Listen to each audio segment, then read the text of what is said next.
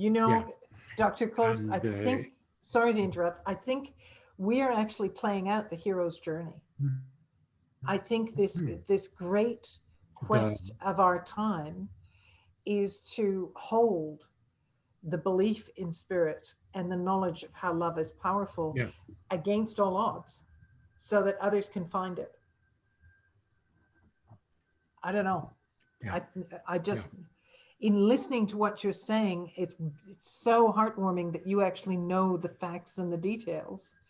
And my apologies for interrupting because I've believed this for No, so no, long, but you actually can quote it.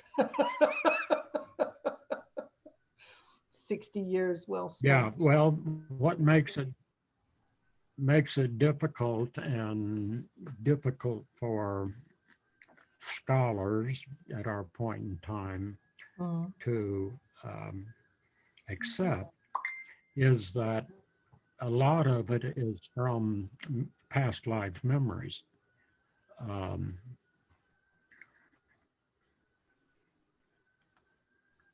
the first time well, I've always had an unusual memory in that I from I've always been able to remember back to before 9 months of age.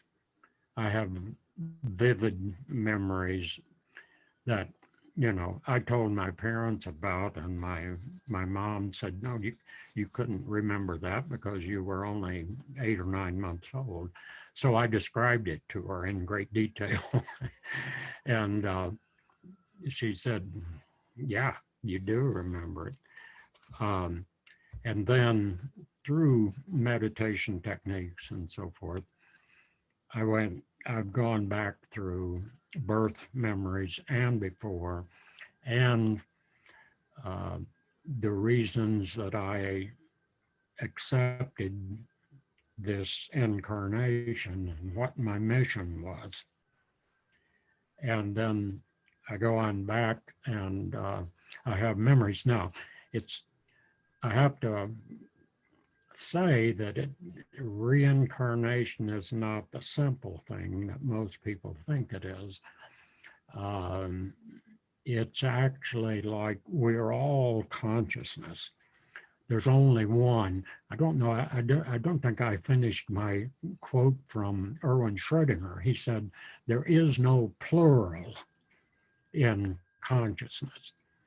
There's no evidence that there is a plural. We all actually share the same consciousness. It's just that because we're in this physical vehicle, this body that receives the consciousness, our brain and nervous system is more like an antenna that picks up the consciousness that is there. Then it doesn't generate it. It's just the opposite to what materialism says. Oh, consciousness didn't exist until uh, life forms reached a certain level of complexity, and then consciousness evolved out of that as an epiphenomenon of materialism. It's just exactly the opposite. The discovery of Gimel actually proves that there would be no universe without consciousness, that consciousness had to pre exist any physical manifestation. And so we, it's almost like sparks of a fire or something. It's an energy that comes, and you, as the person you are now, you will relate to certain personages in the past. It's incorrect to say that, I was that person. No, my consciousness is similar to that person and has elements of that person. Um, and so, in that sense, I'm a reincarnation. I have memories of being a German uh, mathematician, physicist who was actually a personal friend of Gottfried Leibniz. Leibniz, I don't know if you know the name, but he's sometimes called the last true polymath. He was a linguist. He spoke 5 or 6 languages. He wrote fluently in Latin and Greek. He was a physician. He was a philosopher. He was a physicist. He actually invented the calculus a little bit before Newton did. There was a big war between Germany and England, war of words between scientists, mathematicians about who discovered the calculus. Actually, in the English speaking world, we don't realize this, but we actually use Leibniz notation for derivatives and integrals and so forth, Yeah. not Newton's. And that's because Leibniz actually developed it. Now, Newton didn't steal it from him. I don't believe that. I believe that they, like all ideas, when it's time for them to come out, they start coming into the consciousness of people. The hundredth monkey, And right? uh, When mhm. it's the hundredth monkey, when it's meant to come through, group ah, consciousness will bring it through. yeah, yes, Dr. Dr. yeah. Close, When yes, one question for you. When you were in the pyramid, where did the electric shock come from? And were you the only person that was impacted? Or were there others? um, it actually came. We were in the Queen's, what's called the Queen Chamber. Mm-hmm. And the Queen's Chamber is really in the center of the pyramid. The King's Chamber is upstairs and a little off, but the Queen's Chamber is more in the center of the pyramid. And they weren't burial chambers, I can tell you that. The whole idea that everything, all the stone edifices around the world were tombs or whatever, it's just misunderstanding by anthropologists and archaeologists. Um, that's all they know. It's kind of like the particle guys, everything's a particle. It's I don't know who originated this, but I say if all you have is a hammer, then everything looks like a nail. You know, so so. But the interesting thing is this: I might have thought the whole thing was subjective, Mm-hmm. except the two guys that grabbed me came to me the next afternoon when we were in Petra Mm-hmm. in the hotel separately. They didn't come together because they weren't with each other. They weren't roommates or anything like that. But separately, they sought me out and they said, both of them said in one form or another, did you see that light that came out of the wall and hit you before you got sick?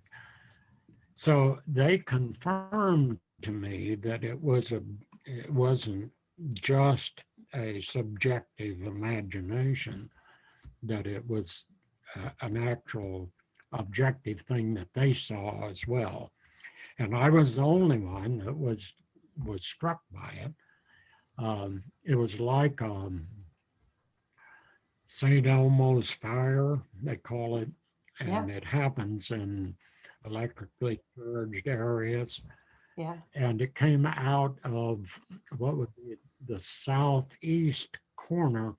In the Queen's Chamber, there's a niche in the wall where you come in from the east. There's a niche in the wall that's shaped like that, and that's the south wall.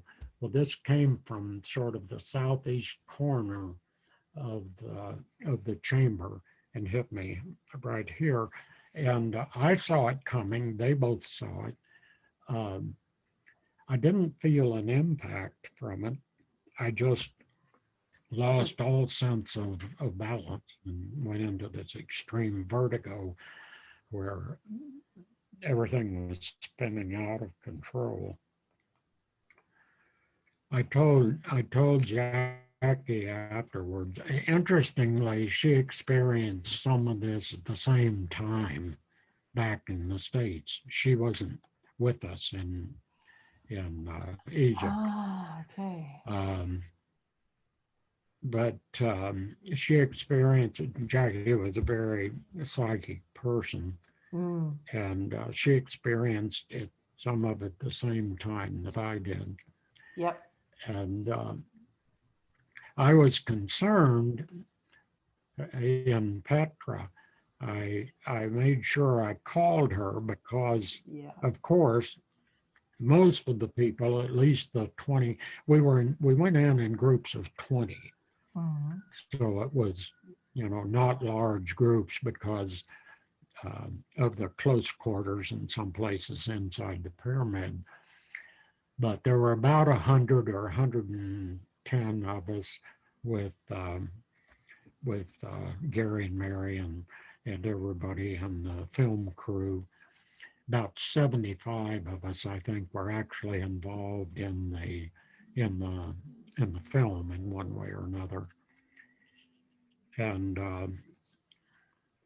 I was the physician priest, which is what they did at those times. Physicians and priests were basically the same thing. And I was the physician priest for the caravan. Um, I didn't know that was going to happen when Gary invited us to go. He said, "Men, grow your beards." Well, I already had a beard, so I wasn't a problem. Um, but several of the since all of the people in the caravan were men, several of the women had to pretend they were men and either use fake beards or whatever. And um, but on actually when we first arrived there, we went from Cairo to Luxor the very next day to visit Dondera.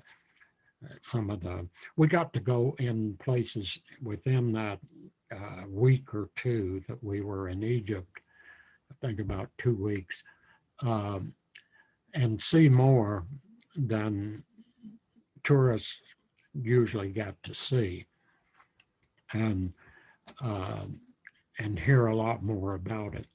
But on the flight from Cairo to Luxor, Gary came back to me in the plane and asked me if I would play the role of the priest uh, physician for the filming, and of course I was happy to, um, but the the interesting thing is how the whole experience relates to the mathematics and relates to. Um, I told Jackie when I got back. I said, I think I could build a time machine, and she said, "Please don't." I, Actually, I promised her that I wouldn't, Good man. but Good man. Don't do it. We're not wise enough to be able no, to work with it. no, We're not, we would meddle. no, We would no. do harm. Oh, it would be an absolute disaster. Now, the when a near-death experience, when you're no longer confined to the physical vehicle, and your consciousness expands into more dimensions, uh, then you may actually see. The whole model that we developed explains all of the paranormal phenomena just beautifully because a person like Yogananda, for Yeah, example, yeah. who meets a person and immediately tell you what your spiritual status is, what your past lives were, what your mission is, and all of this sort of thing, Yeah. is actually an expanded consciousness and Yes. can see into those dimensional domains that we can't see with the physical senses. But it's all as real, and as many people who've had NDEs Yeah. declare, it's in some ways more real. Um, This, anyway, it's okay, Doc. Doctor, I tend to look at it, and we've kind of this time, our time on this occasion, I think um, is coming to a close because I think, no pun intended, but you probably need to have a restorative break. Um, but we have so many experiences which we have been encouraged to ignore and disregard. yeah, And the fact that true. your formula makes sense of it would be so threatening to the traditional structures, hierarchical, business, social, economic, whatever. Um, and they are going through a transition, but they're doing it with the utmost reluctance. Blessed be. Yeah, So I personally am finding this conversation hugely encouraging and just so inspiring because, um, it's nice to feel to find a kindred spirit, and the math. yeah. You can make it a reality. It's not Well, supposition. interestingly, there have only been a couple of mainstream scientists who have attacked us Mm, and, really uh, called us names and all sorts of things. yeah. But for the most part, they just ignore us. And like I said, there's a handful of people who accept us. Um, but But oh, I think that, well, there are so many other things I could tell you. well, no, we can't go into it today because that's just mean. We've had such a juicy conversation today. And I'm so grateful for the sharing. And I loved hearing about the trip to Egypt. And I can well understand the connection that you had with Jackie, that she would have known something had happened to you. So how Yes, beautiful that you were able to call her and reassure her that you were still here. yeah, yeah, yeah. I called her, and because I was afraid somebody else would call her and say, "Oh, your husband almost died in the pyramid," Mm, mm. But when I got in touch with her, she said, "Well, I knew you were all right, but I felt some of the same things." So, anyway, Wow. So so is that's a very I good never start. know. Yeah, well, I never know what's going to come out. When I used to say when people invited me to talk about this, so, well, what are you going to talk about? And I said, well, I'm interested to see too what I'm going to talk about because I don't know until I start talking. Uh, But sometimes I used to make a little um, notes to follow to make sure I didn't wander off completely on some tangent. But for the most part, I rather just um, do stream of consciousness. well, And from let my let perspective, and I must admit, I'm sitting listening, it it was a it made sense. It had a flow, and I could understand it, and it Yeah. came together. It had several punchlines at the end. The really good bits came at the end. So thank you, Well, thank you for that. I appreciate. I I'm glad to talk about it. One thing is, anytime you speak to a group of people or an individual, Mm, it's a conversation. It's not mm, a lecture, and so I found out that what comes out is usually what the person or the people that I'm talking with will understand. And so that's why I don't like to follow a script, because I like that interaction of with people that I'm talking with.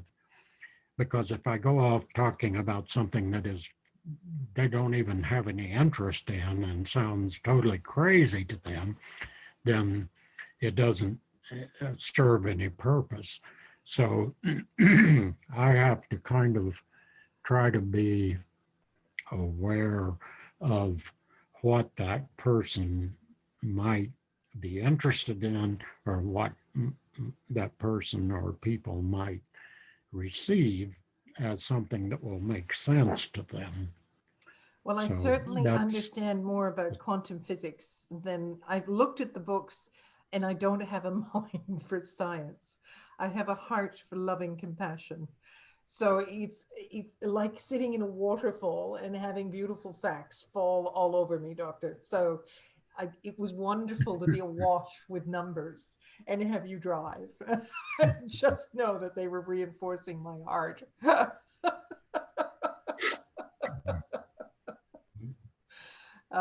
So again, I thank you well, so, so much for sharing. uh, you're, you're welcome. I'm it's, what's the right word?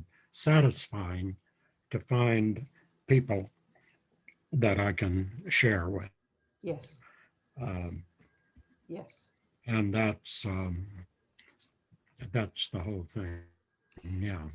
If Ex- I had a very wise teacher in high school yeah. who was actually an English teacher. She was also the guidance counselor for the Hmm. school. And she administered the first IQ test that I ever took. Hmm. Of course, they didn't tell me what my IQ was, but she told me that you could, she knew I was interested in science, and she said, you can do anything you want with science or mathematics or any engineering, whatever appeals to you. Um, and she said, but at that time, I was only interested in math and science. This is after I discovered Einstein when I was 14, Hmm. and just opened a whole world to me of science. And she knew that I was interested in wanting to become a scientist, so she told me that. She said, but she also knew that I was just sort of there in my other classes. Yeah. I mean, I passed everything and I made decent grades, but I wasn't really interested in history or English or social studies. It just wasn't my interest. She said, one thing, you could be the greatest scientist that ever lived, but if you can't communicate it to others, it's worthless. And I Ooh. was so thankful to her Ooh. because as a result, my last year and a half, I think that's when I was a junior in high school. Rest of that year and my senior year, I actually took the other courses seriously. So when I got to college, I I tested out of the basic courses. I didn't have to take the basic 101 courses. I was able to go into creative writing classes and into advanced math classes. I didn't have to take the catch-up stuff that most people had to. And a lot of it was thanks to her, especially for the English part of it. So What a gift she was, huh? I got to tell her, I actually got to tell her that when I came back here, well, I think it was our 50 or 55th, maybe, um, class reunion, high school class reunion. She actually came, she was in, I think in Springfield, Missouri, and she came, she was 92 or something like that. And I got to tell her, I said, Miss Roberts, you changed my life. You told me something that was so valuable to me and has made my life a much better one. And I want you to know how much I appreciate it. So it's so wonderful to get to tell her that. True gift. But True gift. How gorgeous. How gorgeous. Now, Dr. Close, we do need to stop talking on this occasion, yes, but I do look forward. sorry. No, no, no, never apologize. Never apologize. It is a delight to be connected. Um, I will uh, stop the recording on this, she says with confidence.